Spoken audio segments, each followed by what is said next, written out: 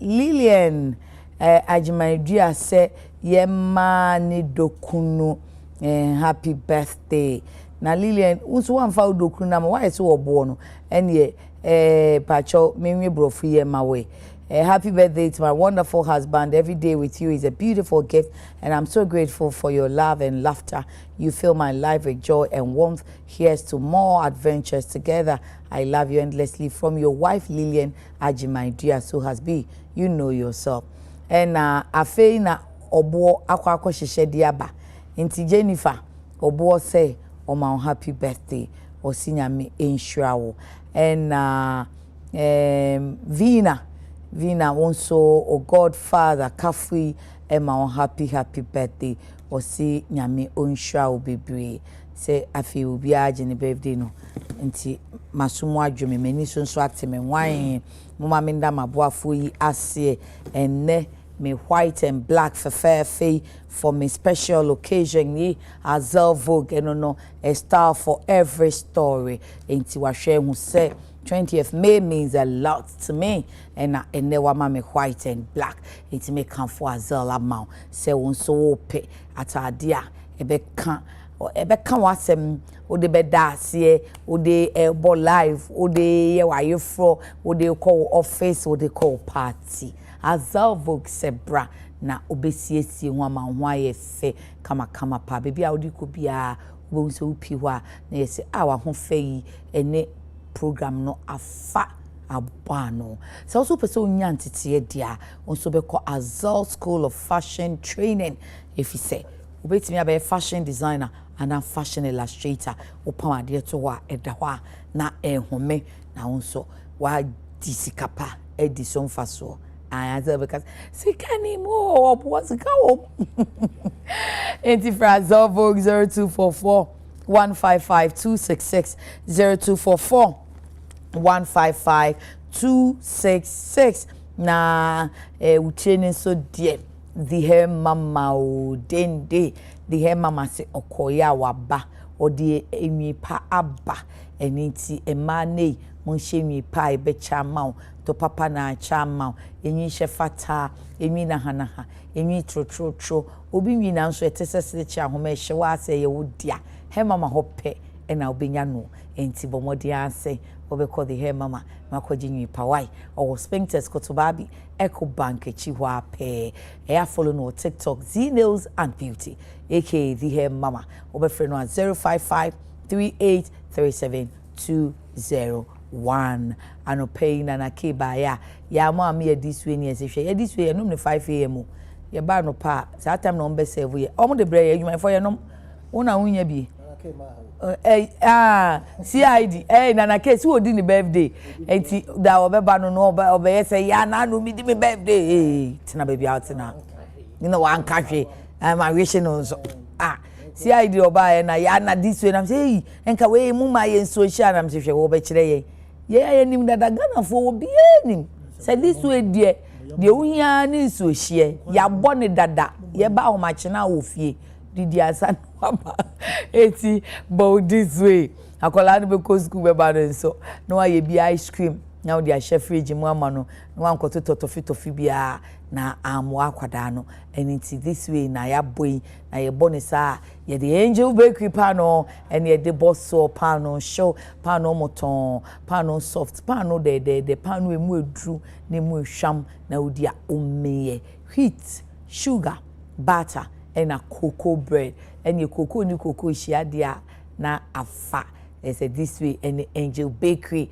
cocoa bread no ama photo pa kumansin for mumbo said de biada angel vano eba supply wo akra ha pa na unyanye angel bakery pa no ni bi nton ye eni kumansin ene na wo ya kachi pa cho friend no na gibi ton 0264 227414 opeso call ma jusu ko factory kese kwa o pig farm abedi pele down yeda wonum ase anopei nsuo no talk akra no kwasi ada no na enipa nan ahwe wo mo nkwa areho mu a nra ma me bi o wa denta na news mu no ka se ne baba ba kope akoda na ewu na ya areho pa afi bia ye kan o ti afi ya na nkrofo kra ti ya kan ya bre e be den abre yenya solution de be koso aka fi say we gmet for crack catch say we kra de wo ye mpena dwae omo se beto se me mu ne we nka dwu na akra de hu ne sa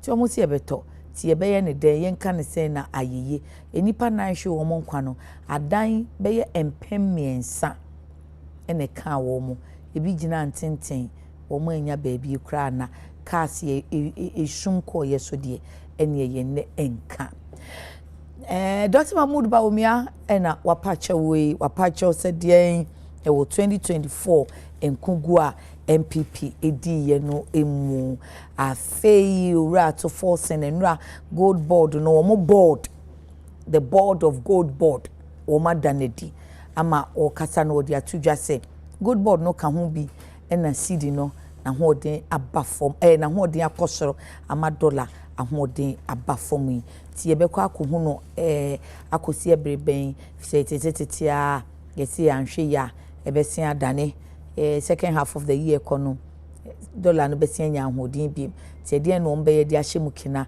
ama yen ye de ekoyi a ene ye pe anope wo fire sanita no political analyst or team finfini me ken bia na me ambeto to abo aba park ne so ene me nto abo bia enna Chief Baini ni dino wa intuitive Chief Baini na anu say former deputy national organizer of NDC open tintini na CBHN Chief Baini Hamilton Nixon uye ni si mandia na nani age me de age ade me krokro no afei Clement Opoku Jemfi Esquire ompe honorable no nyanka DC dada de senka honorable unhia pa honorable Clement Opoku Jemfi Esquire ne mra ne na CID no na kane Amansie South Mensin Krache Penny eno no onu ni o dende me mamuache ewuranom na mo hoti sen me pamucho enen so mwache mumfa nche me ena kasa me ame yese no ndu ese me sorry because me ko baby ena enso enye hwewai munkafra obroni ma wontare unim ze broni so no na ye ntare nti u kama na esise me kama na esise onim ze ye mpon ya unko baby a asem what em fa o baby no me pon program no ntem hey wait softly and subtly one man me just remind us sister we turn the day ejuma offer Alonso sister this one ena agbesi segbefia eske na wo any Charles only say no wa Mrs. Amanziba ACP outlook ya wasade tado na mi chief wa friend sister ya o ka no commenters me ma baby a commenter me so fire me commenter na no ye Otibo engineering services Gansba North Canadian to Gamanche Palace no okay some direction ba unim say when she mentioned Mrs. Amanziba na me say no relationship there asani onimiepa I recall their meeting together. I think was when that one man who cast me a demonstration and I called on them to support. And so they met there and then rapport no has that was been the good. first time I met And I'm telling you, it's not that meeting no you concur to me to the beche in fact yes I am Manziba na ye nim ne na obonyo ma Manziba hey any award actually who the celebrities in no so oh really so a brew okay atamu so offer tete no de na nka na brew ne be friend no okay e be bonyo chairman no wo jegbe jeke Alonso omoye ye na in fact Alonso papa ye on episode okay on agbesi and today is the D-Day. Okay. If you don't honor your promise, okay. The whole military force. Agbesi your to onim promise ana. Sawa. Aye. up to you. I guess over to you, so and I'm sure some of you.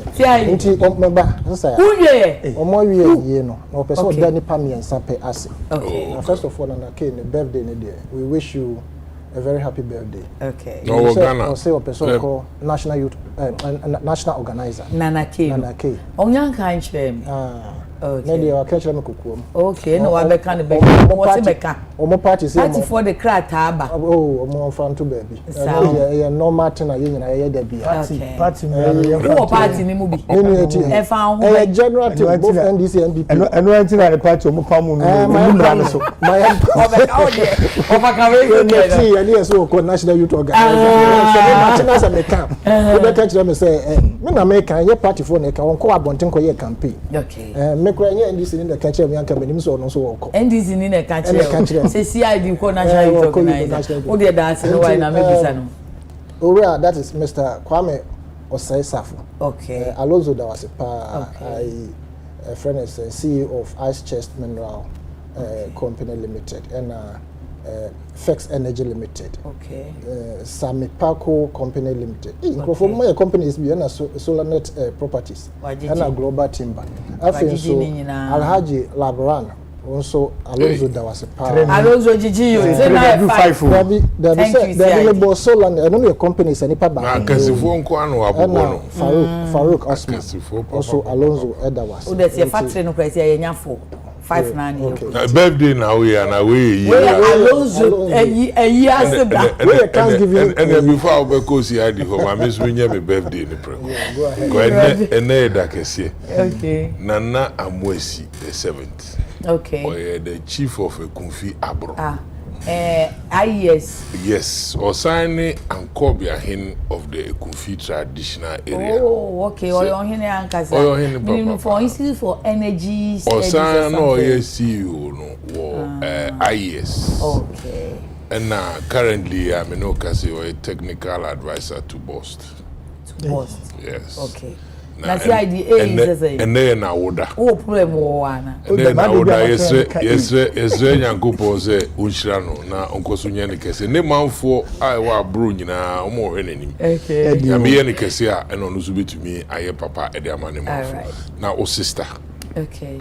My sister dey. Bakope Shamima Muslim. Shamima. Okay. And then ono so na. And then Shamima or comrade. Okay. Sister papa osanso odise nuaba. Okay. Because obefie. Okay. Nyankopon ka ne ho. Okay. Onye ne kese. Kan so ye no ompe push ni bi ma. Na jami mo no ma push.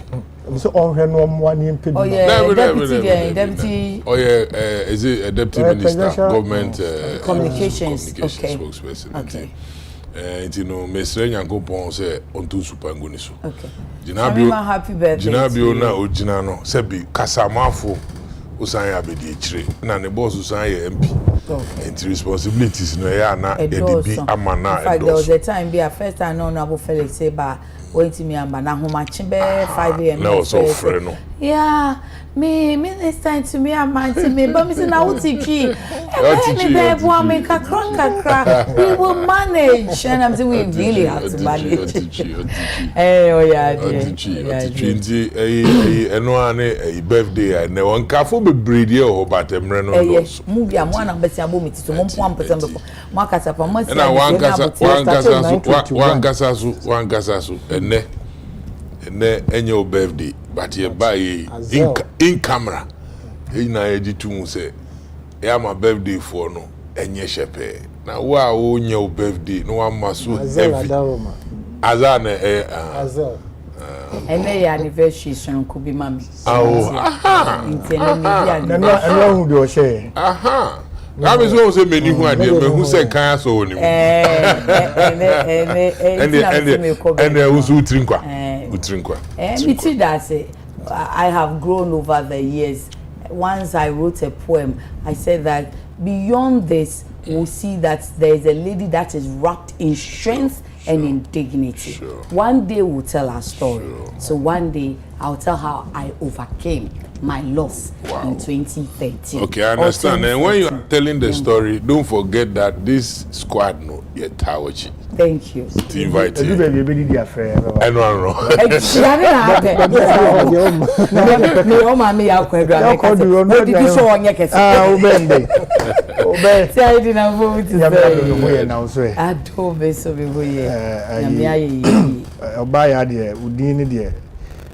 Campus near to me. Yet, she jama. Boys in the nyom. Oh, Ben. The car am well, the me Chasso, a babu, University. The Kumasi Technical University. Okay, and you're holding the minimum. So, what can Commonwealth for 48 years? I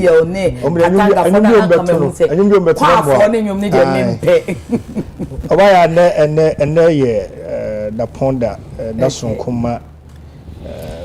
Madofubi. Hey, Monoso, only at a 30 pet. Ladies first, yeah, deputy women organizer, I was so west to work on. MPP. Great. Yeah, Mrs. Adoma Comboatin, Makela. And then I would that. Woman, me, yeah, Ibishia joint to, and Timimo, I would that pan, Yankopon Kahuna, we shall. And now, for instance, me, I'm Chocho. Because menino kona krana. Yeah, why we are some we few Samuel Brian Boabing. Diabolic. Oh, there be diabolic. Only say diabolic. Brian. Baby, I'll the very chairman. Samuel Brian Boabing. I wish me. Or a fine guy just that or Yenioma. Same Nimyansa, Samia Jumudo. Same your brother only need diagram. All the time he proffers solutions or the alternatives back. And I must say I've enjoyed working with you. Anna, Rampimi, oh, Katim no. Rampimo, a seer do a year Manaf Ibrahim. Okay. A certain Manaf Ibrahim of Asawasi constituency. Okay. Manaf, Nyanko Punsha na Omo by me Mao, I would that papa and me on count. That was so the way my in the Brunina. Because see, I'm more bedu. If I had a short man devil, and then I would that. Four permits. Pacho call you a national youth organizer Nampa because of our chief and so. Minyankoi, say party no nyam too. Okay, but you come out to be too much.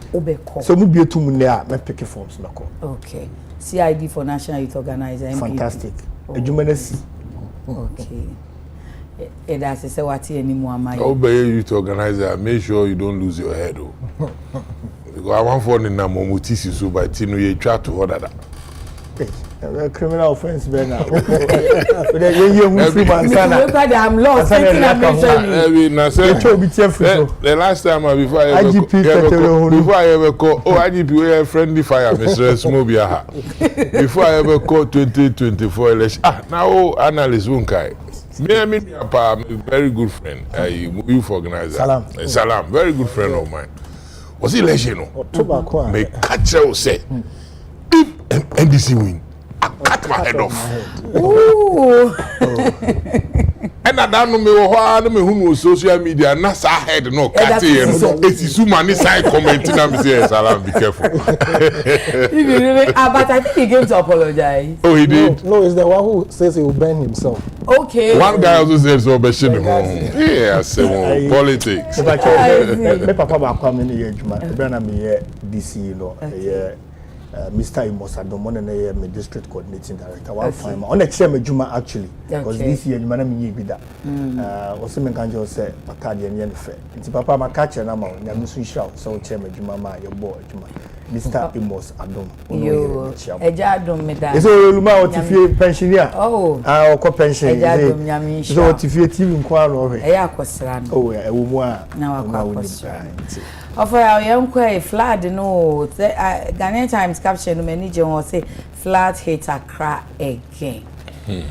Yeah, a baby, may sure say, you rajun 3 pay a bekai. Now, no video. Then, Poyana, how many years and no. And then so, that was a water and fire situation. Yes. And so, she after several years down the line, still yet at home. Ever can it say? That's it. enchianko masefo nyina na sasa Andema iyo ba andema Meyesa andema ni Juliet Mone ya from Manenkasa I'm diabolic. That's the idea. Of I see I say no why efe. Medana say Why check kaftan. No so say okoje na ade bi o baby. Me shata ade na bia no ho be fe on de da bia no ho fe nti Yonkwe ande mai ba.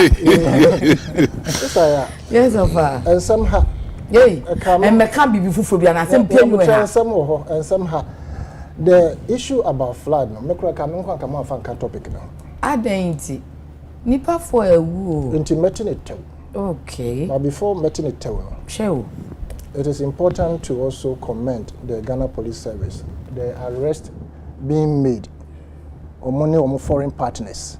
Okay. I think we are seeing a change of policing, as I keep on saying. Okay. And my can say, or till 10 o'clock say, yeah, be fire to be a better one. I am loving the system of policing now. And the way or more briefing the general. You are actually loving the cross-border. Yes, policing. Really, exactly. And the internal arrangement in terms of security or more the apprehending for. And the kudos to the CID department of the Ghana Police Service, headed by Mame Yako Donko. Right, yes, CID. And then IGP. IGP. IGP was a boa basso, any operational abilities are put in place. But you see, one last point. Mahu said a lot of people are lambasting and bashing the sector minister for energy and green transition, Ura John Jinapo. And I watched a friend is saying a press conference of the NPP, which looked more or less like a marriage counseling session that they had, trying to insinuate, said the sector minister is causing fear and panic. You see, I am interested and happy about the transparent governance that we are witnessing now compared to the previous administration, where sector ministers had no balls to tell the finance minister in the face, say, baby, I hear you into SSC 3 years and Crofweka. Man, on the bonnie away anything. Being true to Ghanaians, says a finance minister, no, I can say, I carry 2.5 so and so days. Say, Yankwan could tria a car, BBC and a battery. When no to make us our MPP during time of Ura Furiata or finance minister. We were in energy crisis, who could be say, for a one Kasakoya timetable. And now, Nipana Sitrin and Numa walk and Ghana phone, and I say, ye were crisis, a card now, as we speak, no say, Yanko Trias, I can. BBC and ABC. In fact, in the previous administration headed by Nana Akufo-Addo, now a friend is saying, Ura Mahama, and a free meeting, a pa BDC for nature, IPPs, sorry, a pa mocho say, Samudum Kanianwa, a Yahumbetre, Abahumbetrino, into Madauroma, Montomo Boasikakra, na Banso, even though we near Bemno, he tried to ensure, say, or IPPs for Bekasa. Now, and that's what about Bemwa, or Monshaku, no more fancy. The truth has been said. And to those who are lambasting him, insinuating, said, probably he even has an interest in the payment by to the I find it so unfortunate. Oma we yempeno kure sanka yentihwe eba beta ka say sector minister no on kahwe on keka no onye hwe wa ba bontan be kan kure no we are lambasting kosi koda on the flood issue sister ya Dabi we are over home. Dabi man can share any topic and to announce exactly. The flood issue. The entire American say anchor it shouldn't even be part of the topic. They say last year, the previous year before last year, the other year before the previous year, decades ago. You better have the same flood issue as far back as 1950s now flood in Ghana. And why is it that we have not had the ability and as a solution to the problem that we have regards flood? My main unfa kwenyes na membo o mampenko for abaso. Say at least anya hwe kura no he made sure say one of the serious problems regarding a flood ewon kraha na say obo alajo dia na ebonma obia. Nobody wanted to go and rent in Alajo. And I was sure say sa Alajo project and as a gata no and ensure odo you know obe make sure say obe bam na afin so why concrete slabs say the be ensure no ebe flow easily. I quite remember. And sana sa in fact it was when the project was going on around 2012 there about now them say project ko ani mo akakra fine. No, before 2012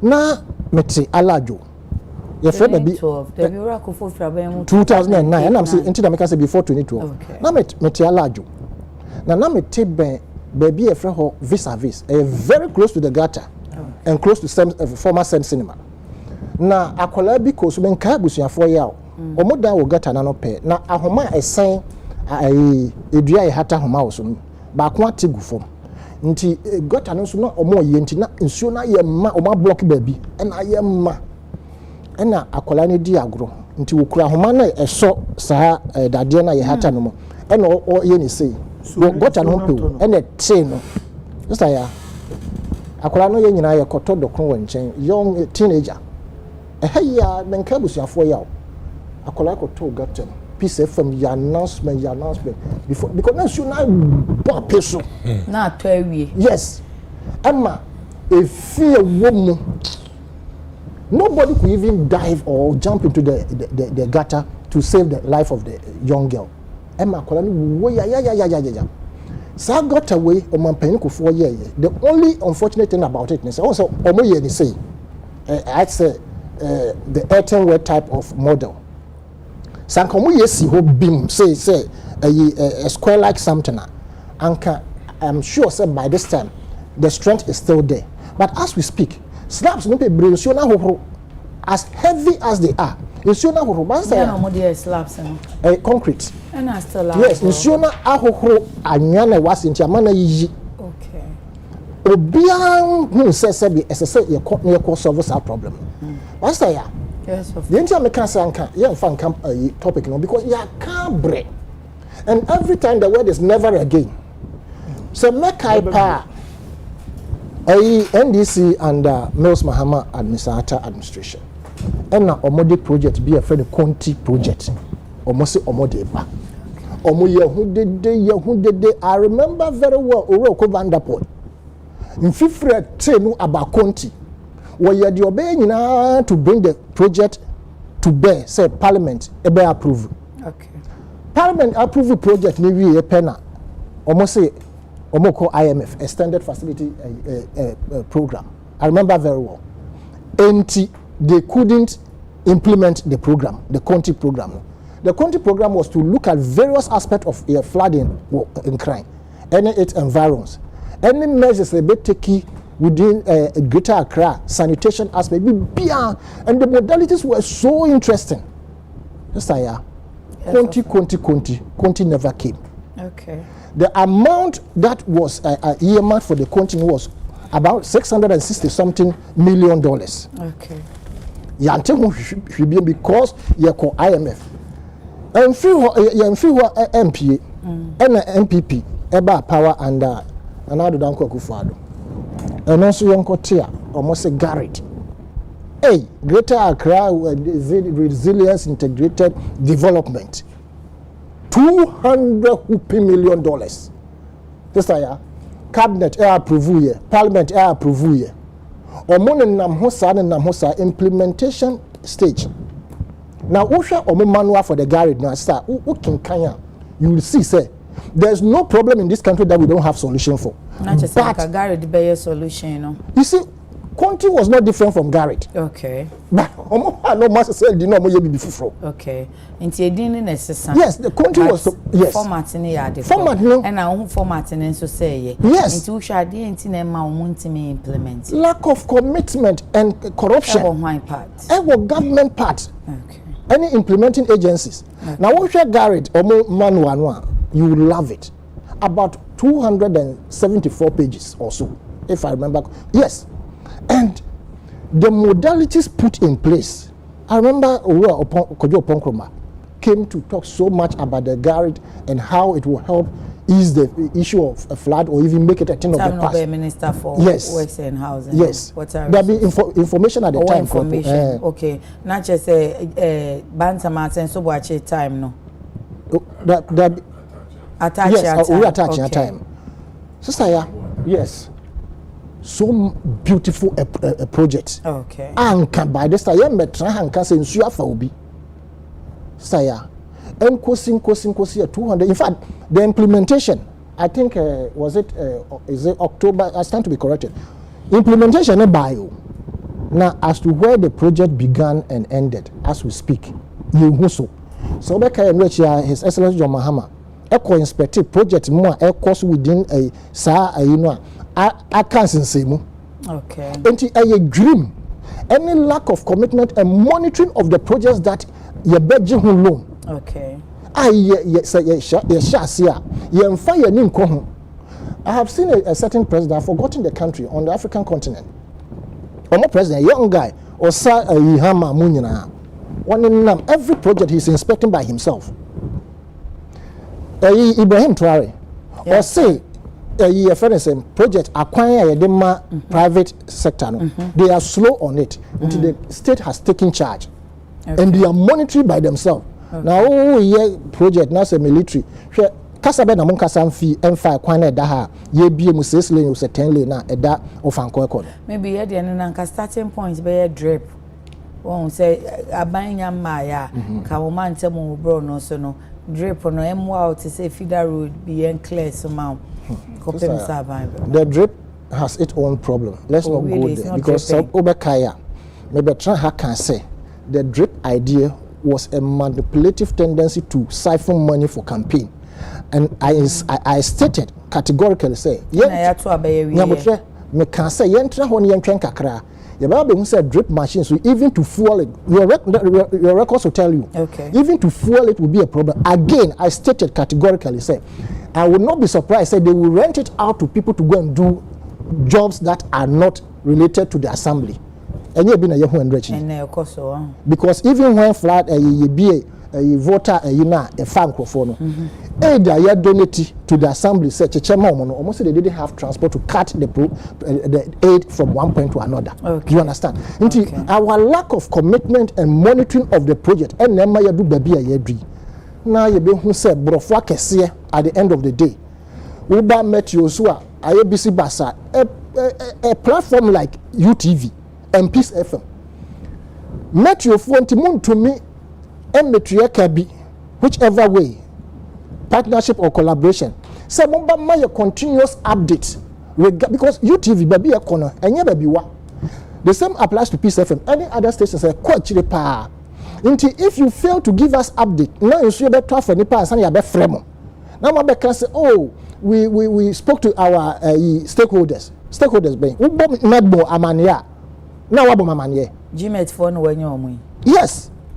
Now usually so omo de ba omo baby omo de efa omo social media handles everyone so omo de ma daily so omo de ma media houses say mo de room my yes I share UTV mo health na mo yesisi asa na ye be and I said the yesisi okay we dem ni pado do ehwe nti anka about a week ago and na mo abeji airtime 30 minutes for UTV and na mo kan kire Ghana fo nyina said the bani o da pen we mo ngina yi okay Peace FM announce said the bani o met your forces say e be hye asemre say nti mo amote ba bi asuo no mo ngina yi anka wo gidi say to me save lives and properties but you see sir social media handles now wo kan me mama and them my otikojina onim bibia about social media obi won kra ha sebe onim bibia about social media nti yenya tse ye border Peace FM and I say your friend say UTV sebe o sebe mesreme kan nipa na sebe nani ha no koepo na say ontumi hwe UTV a obeti wona so okay but ye jago ho ma asem ni si wie ansan jargons ahoro we did this we did that na onkrofon so mbefa ho dia ye omode ye nti sisa in conclusion I think say we should be serious and tackle the programs and the problems head on with the solutions that we have rather than to say IMF conditionalities we couldn't implement Conti. Okay. And a garage so buy and also a him fan cost $200 million you could see. That's it. Chief, I don't know man your formal higher. You Mamu ya denu ya no matem say na ye be dey answer. that's it. I'm the my fa free kesi do na mecha wash from pimpim ma waje very wash. One so I will take nyina no ye cheche hon. Na waso na producer na team ni nyina e bobo hon abado.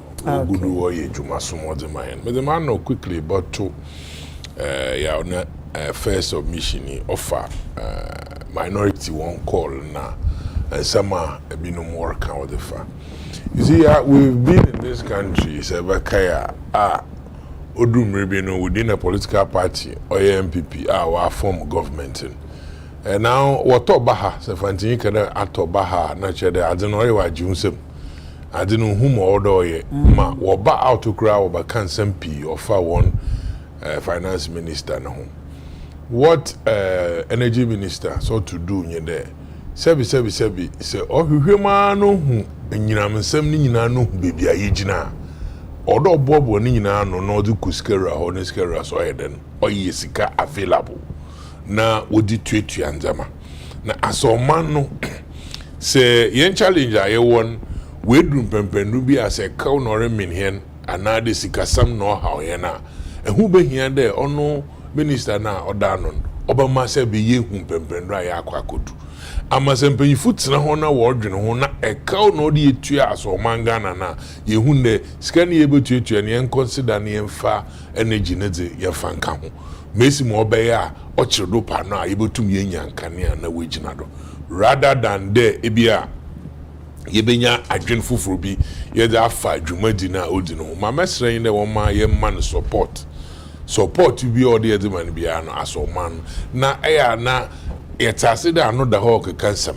nti se bi botuma na odi di banashem this mo be ya nsam kan obaba fom na edwuma no wetum akodo no aye mfaso am say ya kan agina do it doesn't matter so ye ndc and or MPP wodum kan na me ndc im complain MPP yisu o complain enti kwan ye ba fada odi no kwarbato na ya hwe na ya aboa na he nyina ye hu de asoman no siska no hia ni ye ka bi mu ma ye nka bi enfaman wa bra baby ma wodi sika ba no wetum wodi sika na ba no da ye dwuma ma osefata na ahoto wa ba ya flood in sensemi to be honest mo share topics prince descending na me say oh impa fo ewu ya say ko archives na ko hwe a ye di flood won come pa o me sure that ko best be 5 years impo ana ya titi enye be nyo bia ni position bi a waka on that. Now the sad aspect in it, nyimpa wu na ya bet na ho na se bia ya kire ha adwere na fada mendema ni nyina. The question is that anyimbia nsem no si na adwenkire na ye kire no etumurafo wote ya mama pede meka nyina nye de na tumurafo ne nko ana ewo mo na ye nyina ye eti good ehun de ya baba ho. Okay. Na me the gold board example. Yabako gold board ho. If your minister nsem kan or the abado borbo ho anamo awetu. Nti se meka de tumura. Ma me pede me kire yin de ye wo sebi asoye a da menzem nyina o hyehye hen sa. Ya. Na mostly no aya ye ntu ho anamo na chida asama aba. Na I'm happy so the panel ya yete. Mo munua waye chief executive da nti say bibi nyipo na mameka no yadam nota onu so botum akire na ye dwendwe no ye ko ya until there flat your record am ma dwenkire yin there until there ye ba hwani ye hu there local governance or big role obotum we play madam nzema nyina wa akodo aye MMDAs across the country nyinara ya obia nyim challenge our district our municipal our obia nyim in terms of flood but the challenge in there say what the design program abani the ababa ye solve drainage issues we look at it from say a ban on the top of sanitation and himfa wadro new program flood yorbe works and housing ye be de yi sunim na ya tackle no major odo ni akwako yim aha ni akwako yim na ye ja e bia ndama kakran kitikiti bi wo places bi as aha clear po a okoho no boko akochoke into obasanaba until the local government and works and housing wobaba together amimadwenyen na ya hwe na ye tumu ya hwe ni ye design mrebia obosa akọ parliament na no so akọbọ hen the open drainage na ngasa ye ntwem as a country anade mo wo hold down say ye hwe na si yesisiu na moving forward ye contract na si ye dama contractor fu mu ababa ya wo cover drainage na do ono so a cost and it must be factored ya ye nyina ya gitwi na ya afa a passport ni yetu kwan ni akokosi broyin mem ame metina ai broyin grobi wo United Kingdom of friend Manchester in so torof yeah in so weather no nye stable they we abo 1 minute 2 minute no in so torof flood onyiho okay flood no attack one mu kakra no kra no bu na gata na edge hon dadi bi the ho a etu di the ho a nsu no eden okum okay na the men nyina oboa to make sure that nkrofo so anapa obotu enti hon won fa ho na nsuruto won fa ho na snoto baka de nsuto enti na manko edwuma aboa kra nsuto kra na edwuma na yeden okay ehihye na yede gu akwem and so I'm thinking there Works and House Ministry when they are to go fee lawyer attach and ho or that ba Crawford Bessenko Eugene ko job Crawford abaye dwumo but at the end of the day no was why kakra na se wo wie ne wokwa insu tobe ba on kai dam kakra no the wu or that then or that ba but say won woka won ho bom no wogitum na ye ditum no enye kakra o so we person will control flood na enye kakra obey that's it ya nya wo ye kakra no kra kodu ba bia no kra na be kon obamo I west kra enti na make dem happy de munua CID o ha ono ori any submission that bit of American decentralization on that local governance mo nso botum aka won because look at this level one a district so when I say flood issues in Mesimo things and some means or the gata and na say emra wa bada yenkunti anti IGF so ni IGF no ye we no the baba ne ba hwani ba fund na ye wo special dedication towards ending this flood in the Mandemaya. Trust me, by 5, 6, 7, 8 years, on to my 10 years, ni yedum pempendu bia owurumba nemu sebi in sukra no bata or ta baby kakra or baba from share road that ye constructive will we have to look once ye tum ya kasa ne menyu kasi abani bay o yen hye de ma ye be nyina na echi no yen friend sika kokko nsam no ye be hwe ye du a na go deeper na atase ye be yen dem bi ni aye ye starting kakra nchende ete wa na be hu TV do was watch obi osmo good and the bronyi or abrochi na so gold interest na wo contact akwhwe obi an phone na e busy or friend obi send o massa me here gold wo Ghana na mu kwa be na ye fado azuko oh meso ebi am ye Ghana ye me dealer anadam na dam problems it has started. It gives you an indication there with time. You can't start today. Na them challenges no owning in ara. Into the same way na say local government forward now for minister now on and works and house what now what the will be built to go na so one more man paying with the oyedin. Na mu dam na ode ye. Na san ye be ye ntini ye de dam mre yire ba mom na se mra no wagituma wa be ohye odamahen asoman. Ya ka na hu na nna amenyo kase nna due yara. Ebinu so na mo district a wo layout na do opere wo ye drainage na ade wo ho a obobo hon wo be ye the same one na ye nara eko ai odona what it was in rura say ye best sense dia ye drainage nim ne size that is the call am with the to go there is about time kodo yeah it's not only about the fact there anria temu cabbage in rura nkasa my goodness. Now, sometimes, Adrian Juan be said, obi no sese okogu ma na de da bi o ya attitude nkakra ebi so di birugum obi wo hode tum na adwiri nyi ho but say in fact there o man no ye hihye motin ena ofi ndere kohini nyimi ma yesi nyina ye katado ena dado no ye wono so no ye gibride ye be se sika ne akatada ya hwanu no obotum atoto da menza no wode gum mo waye afi so assembly funu wa hyemra isi wa ha baka kire wo loss o wo loss papa may dede oye may de oye may de oye but politician metwe me bompe no mama appointment where my appointment am ko ye DC am ko ya na mesi kwa me focus ya de wo ho na about no oye febra na routine in ye namdo when you do that you don't bring change. Thank you makwam focus and the only way to end it is to look at that area me fan kama ye wo ho kakra me gidi there by 10 years time na ye do baby. Come in na ye show say all the solutions neighbor.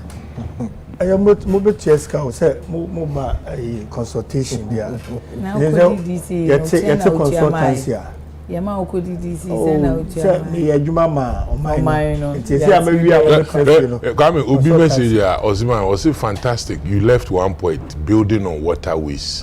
On the our wiskan na kotonsu na high tipper no filimo na si mansion. Area obi wewu na mansion na si ne ho faso inde oda obeda so no de otene dem atoto na pro dan subo road dem on e bo no ebe hu de oka na o se to oka onyanko ho a there's a baby a wobu oto onyanko na wa ato awo exactly ya no see we dey mesre ene de mama time kakra bi say enura na mehwemo say me tahwemo na mo ye discussion bi okay we fina ko fa wonchi mama nchia wahwefo okay na me nchia minyano mo mpanyufo am no mahia wo studio ha me champion mabunu nyina aluta continue Victoria Aseta o te mo nhwe na nim no over youth organizer nana ya na che na mtasi na pa jere he enye mabuna ne sanita no nya mabunu sanita no nya mabunu me me champion mabu so MPP mabuna je ka there bio wonya mabunu wa MPP yenko obaya MPP mabu pe na echi ho obaya say because I na me hwemo na okra 40 na mudi nko ne honorable ye champion me aminia na ya sapon I enjoy the conversation okay mama for education and Kamal so be join le hey Kamal show wow na mo say omo mu jeja kwa ho sesade na mo kada issue na immigration eco soup kopeke omo sesade nti wo discussion ni mo no na Kamal say nseso omo jona am say Kamal na emra ben na si omo ho kwan ti no na ho say o de mra na ba famaye in touch up there be wa kan so we can ma me say ye kan Bible no o mi de mi nya ho baby obo kon de do be nye no na eko mi nya ho me tete Beggars and Destitute Act 1969 NLCD 392 yes. Section 1 institution section 2 begging to be an offense section 1 any person found begging in any person any person found begging and any person wandering or placing himself in any premises or place for the purpose of begging may be arrested by a police officer without warrant and shall be liable on conviction to a fine not exceeding 50 new cedis or to imprisonment not exceeding 3 months or to both. 50 new cedis sounds like it's been amended, huh? Yeah, amended. Old law. Now, come and look case in there. What's your case? Oh, no more. So, one walk on one more begging. Police actually, it's one coach. Emmanuel I clinic. Oh, how dear. All the police is now. Now, Uncle Follows is but thank you for the law. I could be National Theatre. I won't send you no more. A paper can and we do red so no wa ko jinu bi kan nim no paper na green as or no or that dashboard o ko born to see e be ka say assault I'm telling you you were fraud National Theatre yeah your branch ministry so I thought that would the traffic ma maybe unconsciously because na o hwe o phone so traffic so interior be a order to park na hwe o phone so Afi all of us who so be sharp as obi wo won chen we ntimi show. Bom kra. Obema o. Ana oni dia hunu say kwa wan sam mo musika na. Okwa no mu di bibia twere oka no. Na ina no mu ka wa ha. Me say eh ne no de mani ma. Enti ofatando.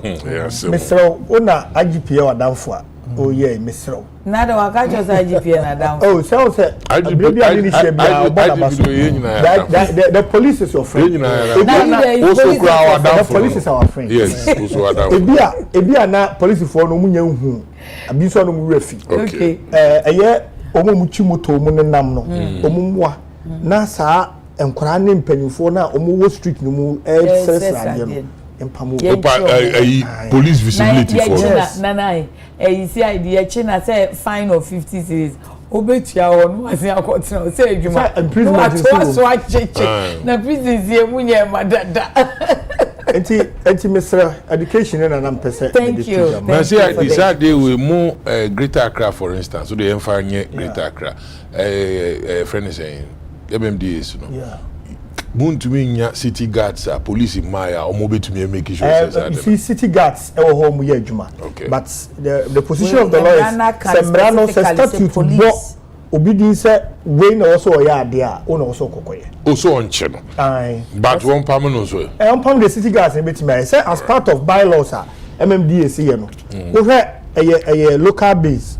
Ohwe de ekoso wo a obetimi asi anokwa ha ti for instance obi baby etu nchene otumi konkoye galamsey bylaws obeye nchene baby etu anwa ha in that regard sana ye no yes ye DC ba ko pay da say flood nenso flood ne meba so okay wunya ma oh there be say okay the fire o kan na person clean so chief so e kan bi okay energy dey na I say energy dey I say wo ne oyere to ho okay na bema bi afa chiri no ne na kasa na oyere si ujao if you say na wo bona konhoma 2 cedis ono bema bi say obeware na obema ne 5 cedis ana oba ne tie ana wakọ court no wakujao with the campaign na data na mo bon ojao wie ya magana mabase mbe family ya magana ana aba no ojao wie ya na wo kofa bema ne ba ya o sha say ma 5 cities ba kuma menu na no start kasa na okra ho kadoso dodo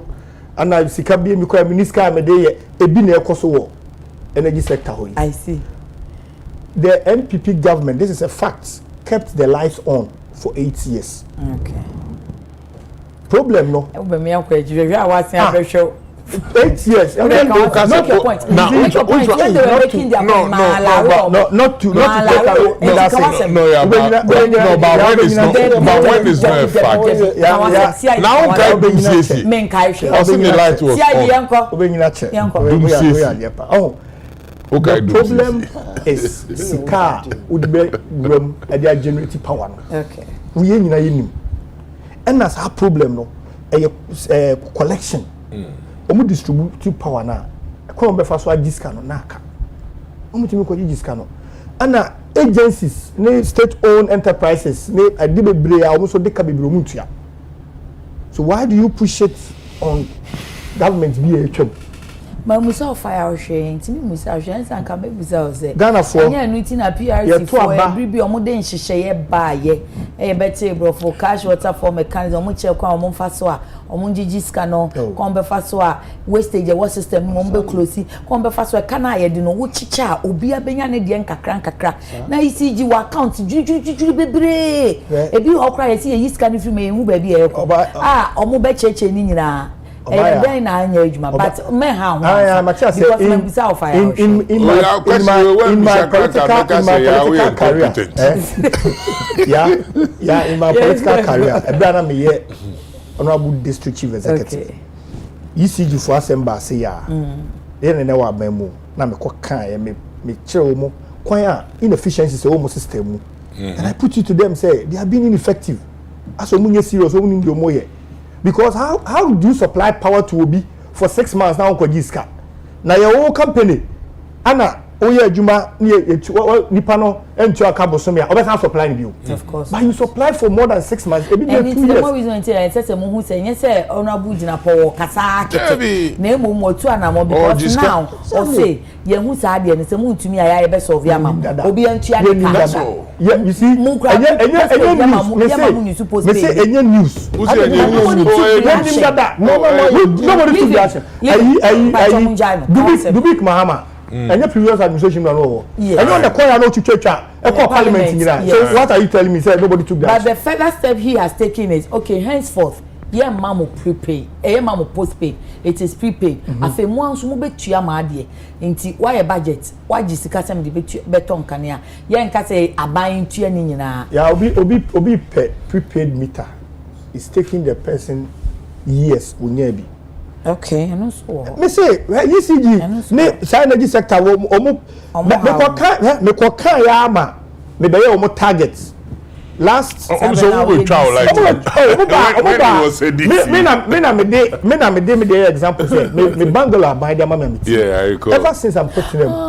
Ever since I'm cutting for meters. Yes, ever since I'm cutting them omo fa light bill mother. Me kwa kan radio so a hit say am for me say omo ba be twa me light mu e be mu a media for ba be here say legal connection and I buy Bangalore me team say be me legal connection say me na me twa but say with time I expose you bio no kre no ene da ho no kwan and I repeat it omo nye serious revenue collection a whole district my district 86 communities as at the time sa issue da am kwa kan wasem na 26 communities na any lights okay say they are connected to nyina okay 86 communities na nipa ba ko pe na yeye electricity bill isha ba ko no kwa oba once a week wow ojiji electricity bill na up till now mama postpaid oh no you see those rural areas in there a postpaid omo friend shared meter or something okay that political meters ni bi na well I don't know but omo na deba meters may be a political one say no mo kobo na mo kan che ECG for no man enroll on onto the system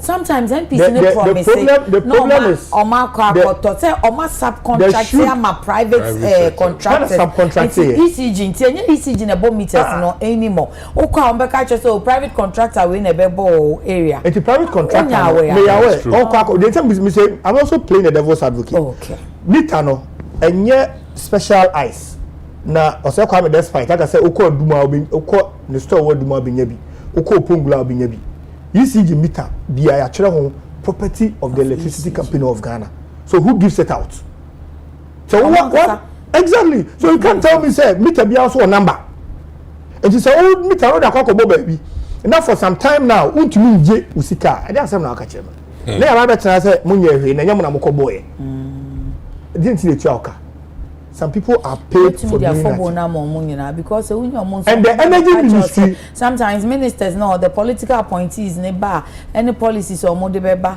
and Ghana near one for fear of victimization until as a minister say then we'll go by what the minister says of course the minister in the war the final say as far as ministry no concerned but you can advise and I will bet me actually minister against never be so me DC never be na me person me veto but I advise say the chief I dey say enye e say then you listen we are patapaka oh thought that was all the film I thought that one fan from one man be say until that problem ni there oma and nim oma there omoye so let's now back to the flooding issue where obaya o my Ghana na ewu no e kwa akoye say da bia na esu eja wajo me papa ka sem bi kire me say so ukọ na akoto so obi su erade bua mi erade mi bro erade di asem ni sai ni pa no bua no ti ni su no dem se ni pa ni su say erade mi abia ena su bio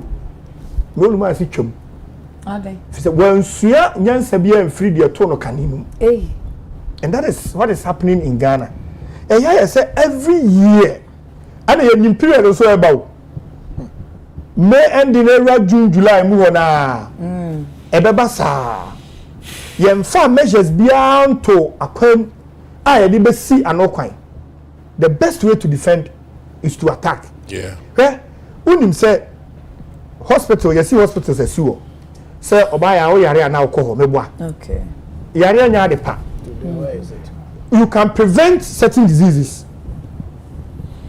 Yes, o yare malaria obie o dan to na ntuntum be roma onwo wa obenya malaria nya sanete na say o sore na da bi obie o dan to na ntuntum wo wa hospital one e offer na person ko hu ba ye obi so wa abre bia no we are be catch say wenya malaria exactly ni da bi obatum mosquito net o da se we o dam we yesei obe spray o san ko ka chen say ubi opunu to na o yare a hospital na your for we are insensitive when am kasetia ya wasembe me na me de me ho attitude me na me de me ho na me sin tontom we me na ye dey sa attitude na change na hia wo man mu okay Ghana ya typical of a coaching system as we coach and now we coacher na so we you players no mo bobo mawa players ni bi o wa you should know them also dey be o gina no so okay now what no okay now what no we need constant reminders and you know say BBC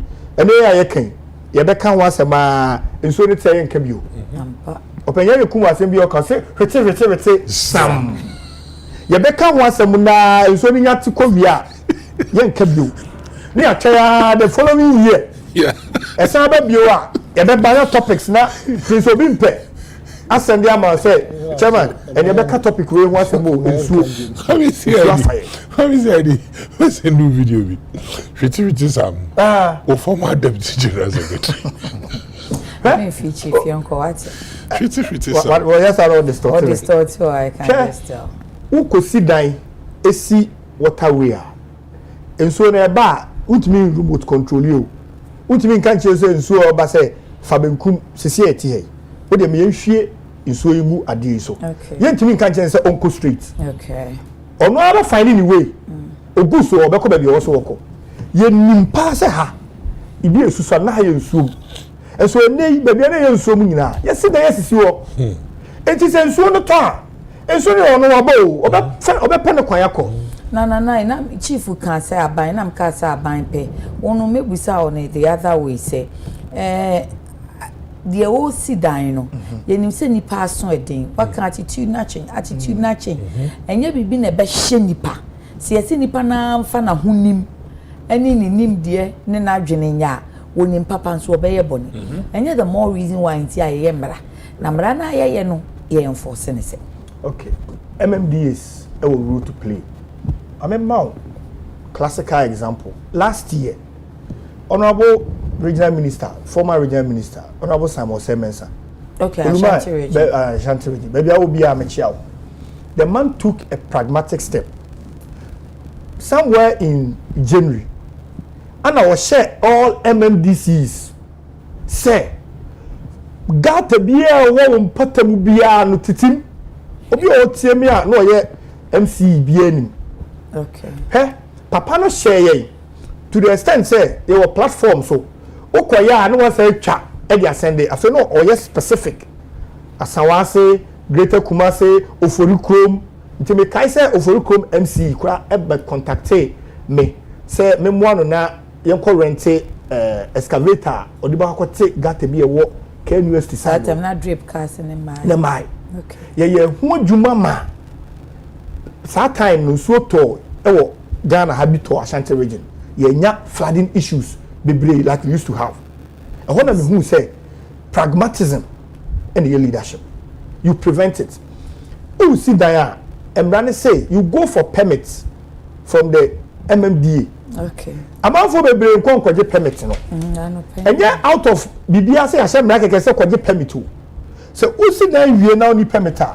wafumra or say do court because architectural integrity kura ho ebi kura na bia usi wo dan no eyensuo kwan okay ebi kura na main road a ebe yi afa ho dachi because assembly no na wo the map of the district or the municipality by nei obi akwa no kwakotwa asase no osi ni dan wo so ukoka a woni ansika no osi ni dan oba be yetamfo ensuo ni ba wie so a then the MMDA na otuwufu na wantie na no aho na wo san so akọ the district engineers works engineers na wo assembly so they should be up and doing also mu ye o majuma enye revenue mobilization kwa na wo so mu kokoye ye de ahia manfo tirim se ukosi dan a na wo kwa assembly e kwa juice ka enti ene me nko Kachi bi kwa de ba o si ana permit ne boy den enye sikatua no nko ahunti o for your safety what si there wie na nsuo be faw na bugu a me ne wo kasa ya manfo e de mafo obi akwa han dan obi ababi obi asi ni fie bi wo ma dan no mu afo enti se sa nipa no kwa assembly ne guide no here say onsi wo amani si wo an sinke moa. Okay, these are the problem. We solutions no. Yeah, we are the solutions and we are the problem. It is a person ensuo na to ensuo dey ntimi nya ito. Untimi nche nya me ye onye. Woni so to me. Yeah. Na emom kwaya be fa so a emfa ye ne de. Ye wo hu to me. Gates ni mu achoki. Oto osusa ball free fie. Na okokoto ogu gatem. Minim se uko Europe ache na nsen ya. Me bonopo ensuo we bi. First na ukwa ubia na utimi yi ni ti no efiri so. Recently we drew a ubie nsuo na oye dan ni ti ni ntumi nte. Okay. Ana me bisa me yon kwam ni na ade ma trials kwa me ntumi o. O ma hye new law say. O ba hu say ordinarily obi anu nsuo ni wi a ade kese we no onto ntwene efom. O de ba akoto waste bin. Okay. A obeka so beja to the camp ku du fia we. Na mom ni ti no so wutu ya na waja to fom. To mo hu say ni ti no nko atimi generate waste. Bebre de ha o man no. Nti o ma hyemra wa wo be manufacture nsuo we bia bi no. Ana ye drink kwa na ye ewowe mu a ubie ni ti na e de ni ti no untumi nyi. E be ka. E wo ha na ye te say nkora aduane ye de ma wo mu na all the time ubia. Nti uvia who dispose it we now you dispose it with it, you know, and that is what is happening elsewhere. We can learn from best practices. By it's now near China, we are bia. The rains are here again. Okay. And it's again. No me bomb say, yeah, can rain no. Your best say subai. Now, what you fear no one say, mammy or two in China, sabola. On fan coma bola car. On fan co bola so. Or the kubuga temo so casem. If it's so about the fact, I better from Munina. Me that same kind comment kakrana yebrena akra so NASCO fufu drapes equipment are now for hiring. Please come to Echima Mabieja North and see how backhoe and the grader doing work on hiring. Greetings to Honorable Frank Yeboah any of fire on Obekamano. Where's Don Fiashide? I have informed many people including MPs and top political persons that are owing manslaughter that they should pay. Okay, Papa Bulagio, Omia is more and more losing credibility. Please, yeah, where is Comrade Engineer Mighty Shamaba, one of the NDC faithful Syria colleagues? Boys are brave. Okay, Danny Boy, I never watch UTV. But I won't shout there. Why? Mad Lion for Helium, good morning, yeah. Addressing the issue of flooding in Ghana requires a collective and collaborative approach by strengthening disaster preparedness and strict enforcement of environmental regulations and policies. Public participation will be critical in achieving long-term environment sustainability. Bro, for Nana Kwame Pasco, Newman. Hey, Opasco, the new man account. Good morning, yeah. JDM and NDC is throwing dust into our eyes. They came to power through lies and propaganda, and these same lies and propaganda will take them back to a position of no return. And that's Kwame Opasco there. Full circle, there is mining currently taking place in Domayinkro, and it is being carried out in the river stream. 1 acre of land is sold to the miners for 10,000 Ghana cedis. This may be the first time you are hearing about, but it is happening here. That's Full Circle. Okay, Full Circle, yeah, that was Bosheba Misty Gosuzongo, patriotic voices. Ghanaians thought that the NPP government was the worst, the most wicked government ever. That's why they voted against them. But now the city is gaining strength, but things are still going up.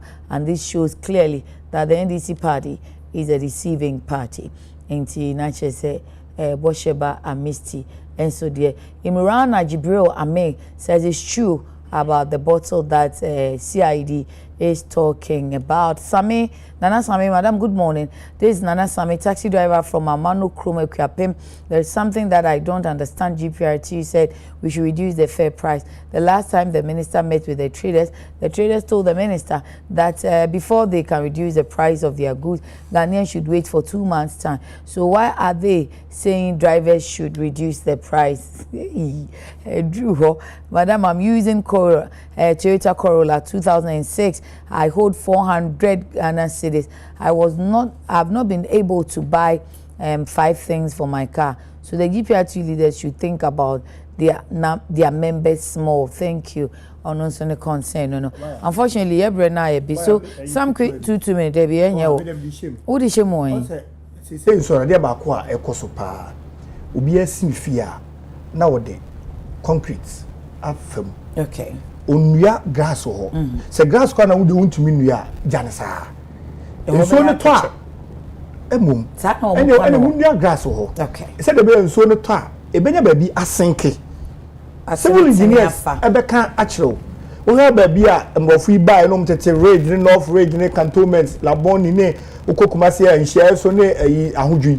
Ho nua nko efie bia eduadua wo. Garden wo. But ebi ana wo kwa make say wo fie unidua wo. Okay. And you also feel we need you. But 2 minutes, Chief Yanko, apology or good board, quick. What? What's it what? Just say you are not in this class. No, I'm in the class. That's it. You said something. Apology or good board? Oh, good board, obviously. Okay, 2 minutes, let's go. Finance Minister. Abo good board one bado. Okay. Sent in there. City stabilization in Ochra we di juma pia wo na ya I the other Ghana fu nyina yeze empire bo and say be ahonten you the support to them new gold body base mobile obegina na do na wa ye juma ye the last time na Brite CEO ya then she share ahoro a wa ye from the time a gold body obobade na ehona wodi gwa gold suma sigwa ni nyina no was started there war stop the money na wona we smuggling yeah the men be pay attention but say ihwema critically ono na omwan them be so ho there government are no wodo oye kwame boku ne party then woko extend am and former vice president Omayeta sipo there. We try put that dollar over chin that to fiat, but we saw what happened. Where now one would guana zina will complain. Now there's a trend be our back. And you pay in a ben also. She say dollar no abba foam go ahead at the dollar naba foam go ahead cement. I'm happy. The finance minister did the master me able to go near who the dimension share or bois. Now as a Ghanaian every team ma order was winji.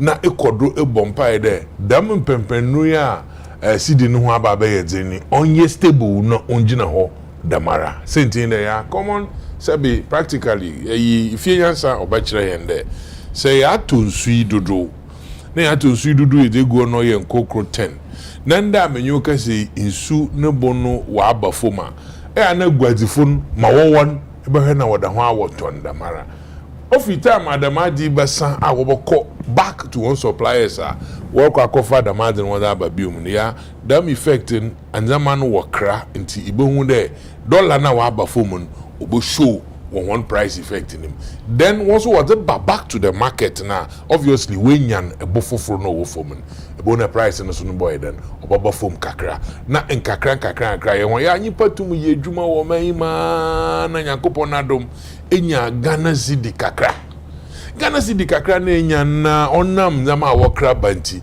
ikone ko hwe bebi na to na du tratopa ya be na also dollar equivalent odum pempen rubin etie cedi ni dana ntumu fan tododo de be kwa ewe dwuma it is something that we need to welcome and hope there dwuma di na wodin obokodo adama na cedi no stability ejina ho na ya wa ye mfaso ama ye nyinara ama ye na ye nyi bebi dan yensu yetumi enye ye na ye nyi bebi yetumi enye bebi 2 minutes 2 minutes 4 seconds ma pakwasi youth organizer or Ayawaso Central constituency. Honorable Henry Cote constituency.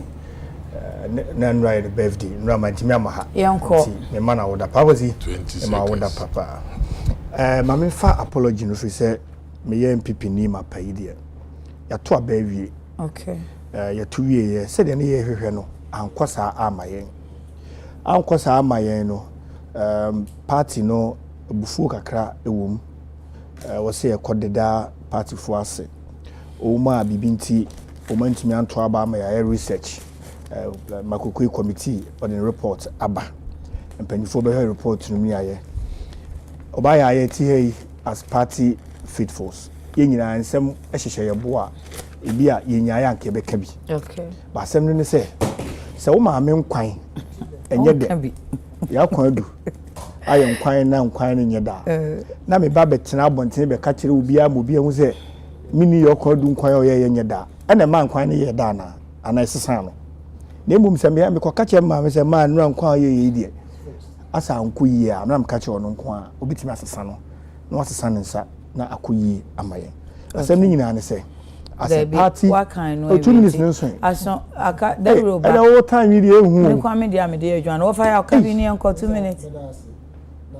thank you see Adekye fa law be by based on program about discussing okay begging I'm running in our hole by in this my memo another one okay driver sounds horn fined what's it here a lorry driver who according to the prosecution used the horn of his lorry to the annoyance of the public at Pehe, 3 miles from Accra, on the Nsawam Road, has been convicted. The man, Auntie Annan, pleaded guilty and was fined £2 or 2 minutes in this with the alternative of 14 days imprisonment. Noise pollution is all these laws are there, but in finally on the issue of a gold board, I think it's very simple. The duplication of duties, I should put it that way. PMMC, Bank of Ghana, and MIIF said and then you know you under one umbrella.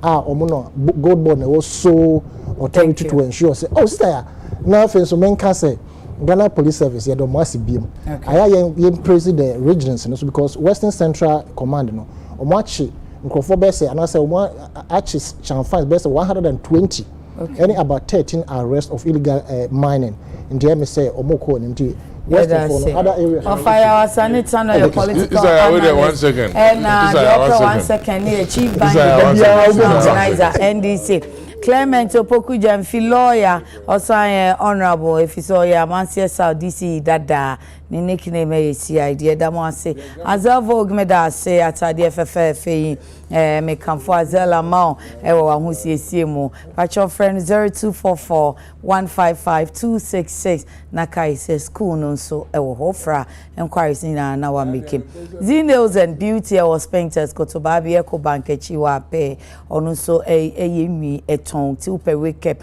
ana apero wig na wakoye okep no baby a osebra obesonte wa friend 055 3837 201 nyame hia mu nyina medam ase nyame adomo a ekira Adekye Nsroma besia bampa chonu aba ma me yakuna mani na yeda nyame ase it's been 11 good years of God's goodness, kindness, mercies and favor that I am still here enti yeda nyame ase na wonso nyame ntina nimu nkyerɛw na ne a wo fam bia no oma that strength to be able to go through. It is well, indeed, it is. Makram.